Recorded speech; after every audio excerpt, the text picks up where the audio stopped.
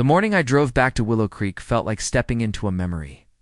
10 years had passed since I last saw my father's lake house, the one he built with his own hands. The one the HOA tried to steal from us when I left for work overseas. Back then, they said unpaid maintenance dues meant they could seize it. I let it go, but deep down, I always knew I'd come back for what was ours. When my truck rolled past the community gate, the same old HOA president, Karen, spotted me from her porch. Her jaw dropped like she'd seen a ghost.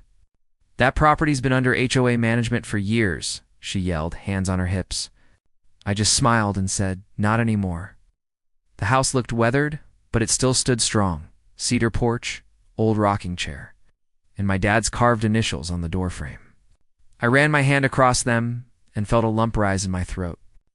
That home carried our family's history. Karen and her board thought they could erase it with paperwork, but they underestimated how deep roots can go within hours.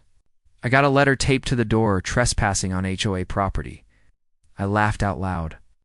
They had no idea who they were dealing with now.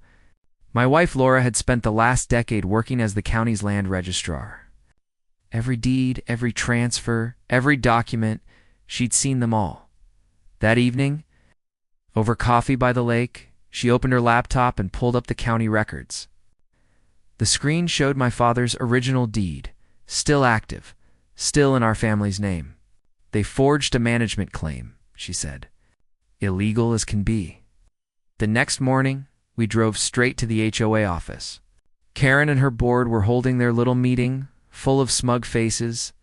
Laura set the printed records on the table and calmly said, "You've been managing someone else's private property? That's fraud." The room went silent by afternoon. The sheriff was standing on their porch with official orders. The HOA had to vacate any claims immediately. Karen's face turned white as the lake fog outside. That night, sat on the dock with my arm around Laura. The sunset painted the water gold, just like when I was a kid. "We did it," whispered. "Sometimes justice doesn't come fast, but it comes full circle. Have you ever had to fight for what's rightfully yours? Tell me your story in the comments. I read every one. If you believe legacy matters more than power, hit subscribe. And let's stand together for what's right. * for more interesting and heart-touching stories. Hit the subscribe button now.